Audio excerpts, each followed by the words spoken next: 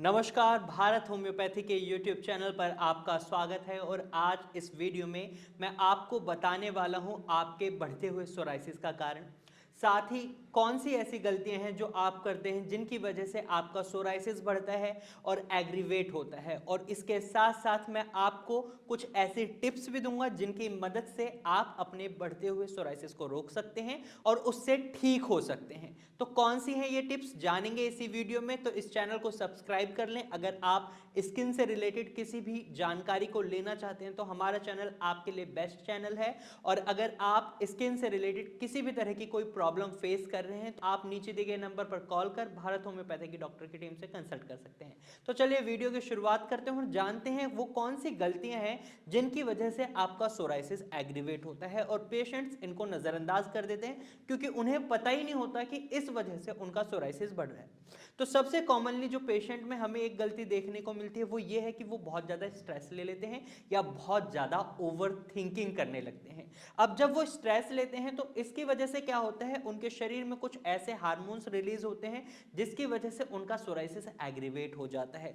और स्ट्रेस को हर डॉक्टर, यानी आप एलोपैथिक मेडिसिन ले रहे हो या फिर आप आयुर्वेदिक मेडिसिन ले रहे हो या फिर इवन आप होम्योपैथिक मेडिसिन ले रहे हो, तो डॉक्टर आपको यही एडवाइस देते हैं कि आपको स्ट्रेस नहीं लेना है क्योंकि आप दवाइयां खाते हैं और स्ट्रेस लेते हैं। उसके बाद क्या होता है, आपका स्ट्रेस आपके सोराइसिस को एग्रीवेट कर देता है। तो ऐसी गलती आपको नहीं करनी है क्योंकि जितना स्ट्रेस आप लेंगे उसकी वजह से आपका सोराइसिस बढ़ेगा ही। और ना ही आपको ओवरथिंक करना है क्योंकि ओवरथिंकिंग की वजह से भी स्ट्रेस जनरेट होता है और वो कहीं ना कहीं आपके सोराइसिस को बढ़ाता है। अब मैं आपको बता दूं, जब आप ओवरथिंकिंग करते हैं तो आपके दिमाग में यही रहता है कि ये दवाइयां खाने से क्या मेरा सोराइसिस ठीक हो पाएगा या फिर हमेशा इस प्रॉब्लम को मुझे फेस करना पड़ेगा।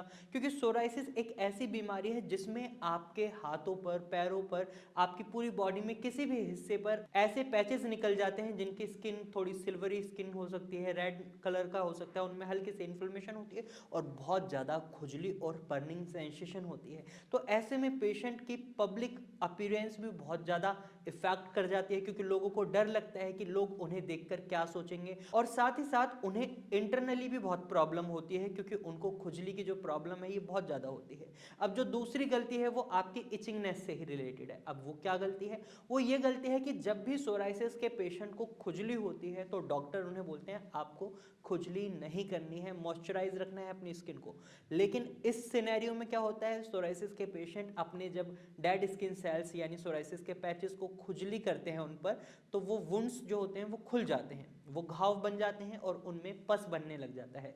और जब इनमें पस बनता है तो आपकी बर्निंग सेंसेशन की प्रॉब्लम और ज़्यादा बढ़ जाती है, इचिंगनेस की प्रॉब्लम और ज़्यादा बढ़ जाती है और आपका सोराइसिस एग्रीवेट होने लगता है। अब मैंने वीडियो की शुरुआत में आपको बोला था कि मैं आपको गलतियां भी बताऊंगा और साथ ही साथ मैं आपको टिप्स भी दूंगा। तो मैं आपको बता दूं इससे बचने के लिए आप क्या कर सकते हैं। इससे बचने के लिए आपको अपनी स्किन को मॉइस्चराइज रखना है क्योंकि ड्राइनेस की वजह से आपको इचिंगनेस की प्रॉब्लम को फेस करना पड़ रहा है। अब मॉइस्चराइज करने के लिए आप क्या कर सकते हैं, आप नारियल का तेल और उसमें कपूर मिलाकर अपने सोराइसिस के पैचेस पर हल्की हल्की सी मसाज कर सकते हैं। इससे आप देखेंगे आपके सोराइसिस के पैचेस मॉइस्चराइज रहेंगे और उनमें खुजली नहीं होगी और वो धीरे धीरे कम होंगे। और इसके साथ ही आप अपने रूम में ह्यूमिडिफायर का भी इस्तेमाल कर सकते हैं। अब ह्यूमिडिफायर हर पेशेंट अफोर्ड नहीं कर सकता, तो इस सिनेरियो में मैं आपको एक होम रेमेडी बता देता हूं। आप एक भगोने में गर्म पानी कर लें या फिर किसी भी बर्तन में गर्म पानी करें, बहुत तेज गर्म पानी करें और उसकी जो भाप है यानी उस बर्तन को ही आपको अपने कमरे में रख लेना है क्योंकि जो उसकी भाप होगी उसकी वजह से आपके रूम का टेम्परेचर चेंज होगा, उसमें ह्यूमिडिटी बढ़ेगी और आपके सोराइसिस के पैचेस ड्राई नहीं होंगे। और जैसा कि मैंने आपको बोला, आप इस तरीके को अपनाएंगे तो आप देखेंगे आपको ना तो इचिंगनेस होगी और ना ही आपका सोराइसिस बढ़ेगा। स्ट्रेस में भी आप क्या कर सकते हैं, स्ट्रेस के लिए आप डांस कर सकते हैं, गाना गा सकते हैं, कोई भी एक्टिविटी प्ले कर सकते हैं जिसमें आपको रिलीफ मिलता हो क्योंकि जितना आप सोराइसिस के बारे में सोचेंगे उतना ही आपका स्ट्रेस बढ़ेगा। तो इसके लिए आप इन तरीके से अपने आप को स्ट्रेस से बचा सकते हैं। थर्ड गलती जो आप करते हैं जिसकी वजह से आपका सोराइसिस बढ़ता है वो है डिहाइड्रेशन, यानी आप कम पानी पीते हैं जिसकी वजह से आपकी बॉडी में डिहाइड्रेशन होती है, और जब डिहाइड्रेशन होती है तो इसकी वजह से आपके स्किन में ड्राइनेस आती है, और आपके सोराइसिस के पैचेस में ड्राइनेस आने के साथ ही आपके सोराइसिस के पैचेस फैलते भी हैं और आपको खुजली की प्रॉब्लम भी होती है, बर्निंग सेंसेशन की भी प्रॉब्लम होती है। तो ऐसे में आपको इस गलती को नहीं करना है। इसकी जगह आप क्या करें, आप पानी दिन में कम से कम 4 से 5 लीटर पिएं, क्योंकि आपकी बॉडी से टॉक्सिन्स भी आपकी किडनी सही से निकाल पाएगी जब आप पानी अच्छी मात्रा में पिएंगे। और उसके साथ साथ आप जब पानी सही मात्रा में पिएंगे तो आपकी बॉडी में डिहाइड्रेशन नहीं होगी, आप हाइड्रेटेड रहेंगे, आपकी स्किन में ड्राइनेस नहीं आएगी और आपके सोराइसिस के पैचेस नहीं बढ़ेंगे। नंबर फोर्थ गलती जो सोराइसिस के पेशेंट में बहुत कॉमन देखी जाती है, जब वो रिकवर हो जाते हैं या फिर रिकवरी के दौरान भी वो क्या करते हैं, अल्कोहल का कंजप्शन कर लेते हैं। वो स्ट्रेस से बचने के लिए सोचते हैं मैं अल्कोहल ड्रिंक करूंगा, इससे मेरा स्ट्रेस रिलीज होता है, स्ट्रेस में रिलीफ मिलता है, लेकिन ऐसा नहीं होता। लॉन्ग रन में अगर हम देखें तो अल्कोहल कंजप्शन की वजह से आपका स्ट्रेस और ज़्यादा बढ़ता है। और वहीं जब आप सोराइसिस के पेशेंट हैं तो आपको अपने लीवर को भी स्वस्थ रखना है, उस पर कोई भी बर्डन नहीं डालना है, क्योंकि अगर आप अपने लीवर पर बर्डन डालेंगे तो इसकी वजह से आपका सोराइसिस एग्रीवेट होगा, क्योंकि आपका लीवर आपके शरीर से टॉक्सिन्स को बाहर निकाल रहा है। और ऐसे में जब आपके लीवर में किसी भी तरह की कोई दिक्कत आती है तो उसका सीधा असर क्या होगा, आपका सोराइसिस एग्रीवेट होगा।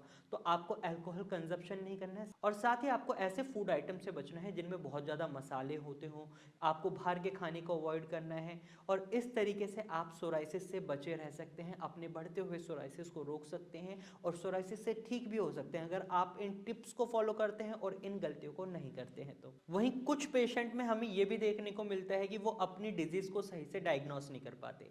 वो मेडिकल ट्रीटमेंट ले रहे होते हैं फंगल इन्फेक्शन का, एक्जिमा का, लेकिन उनकी प्रॉब्लम होती है सोराइसिस। तो इसलिए सबसे पहले अपनी डिजीज को सही से डायग्नोस करें, वो सोराइसिस है भी या नहीं। कई केसेस में क्या होता है, सोराइसिस नहीं होता, वो सोराइसिस की मेडिसिन ले रहे होते हैं। तो ऐसे में आपको अपनी डिजीज को भी डायग्नोस करना बहुत जरूरी हो जाता है।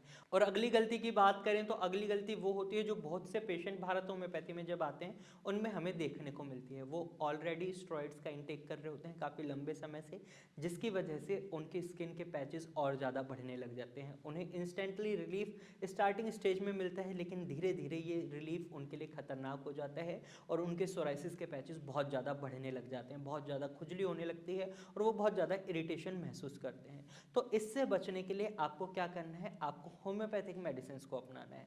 आप डॉक्टर की मदद से होम्योपैथिक मेडिसिन लें और साथ ही साथ आप स्टेरॉइड्स को अवॉइड करें, चाहे आप एलोपैथिक मेडिसिन ले रहे हैं, आयुर्वेदिक मेडिसिन ले रहे हैं या इवन होम्योपैथिक मेडिसिन ले रहे हैं। कुछ डॉक्टर्स आपको स्टेरॉइड्स दे सकते हैं, तो आपको डॉक्टर को साफ कह देना है मुझे स्टेरॉइड्स नहीं लेने हैं। अगर आप स्टेरॉइड्स ले भी रहे हैं तो एक बहुत ही लिमिटेड अमाउंट में लें, बहुत ही लिमिटेड टाइम पीरियड के लिए लें, क्योंकि अगर आप इसको लंबे समय तक चलाते हैं तो इसका लॉन्ग रन में आपको बहुत ज़्यादा एडवर्स इफेक्ट देखने को मिलता है। तो आज की वीडियो में सिर्फ इतना ही। मुझे उम्मीद है आपको समझ आ गया होगा कि कैसे आप अपने बढ़ते हुए सोराइसिस को रोक सकते हैं इन टिप्स की मदद से, और साथ ही साथ आप कौन सी गलतियां करते हैं जिनकी वजह से आपका सोराइसिस दवाई खाने के बाद भी बढ़ता है। तो मैं उम्मीद करता हूं ये वीडियो आपको अच्छी लगी होगी। अगर आपको ये वीडियो अच्छी लगी है तो आप इस वीडियो को लाइक करें, साथ ही ये जानकारी अगर आपको यूजफुल लगी है तो आप इसे अपने दोस्तों और रिश्तेदारों के साथ जरूर शेयर करें। और अगर आप ऐसे ही इंफॉर्मेटिव वीडियोस और देखना चाहते हैं तो आप हमारे चैनल को सब्सक्राइब करें। और साथ ही अगर आप सोराइसिस के पेशेंट हैं तो आप अपने सोराइसिस पैचेस की फोटो क्लिक करके हमारे स्क्रीन पर दिए गए नंबर पर व्हाट्सएप कर सकते हैं और हमारी डॉक्टर की टीम से कंसल्ट कर सकते हैं। आपकी फोटोज़ को, इमेजेस को एनालाइज करने के बाद हमारी डॉक्टर की टीम खुद आपसे कांटेक्ट करेगी या फिर आप डायरेक्ट हमें कॉल भी कर सकते हैं। हमारे डॉक्टर की टीम आपके लिए 24 घंटे अवेलेबल है, तो आप किसी भी वक्त हमें कॉल करें और हमारे डॉक्टर की टीम से कंसल्ट करें। तो आज की वीडियो में सिर्फ इतना ही, फिर मिलेंगे एक नई वीडियो के साथ, तब तक के लिए नमस्कार।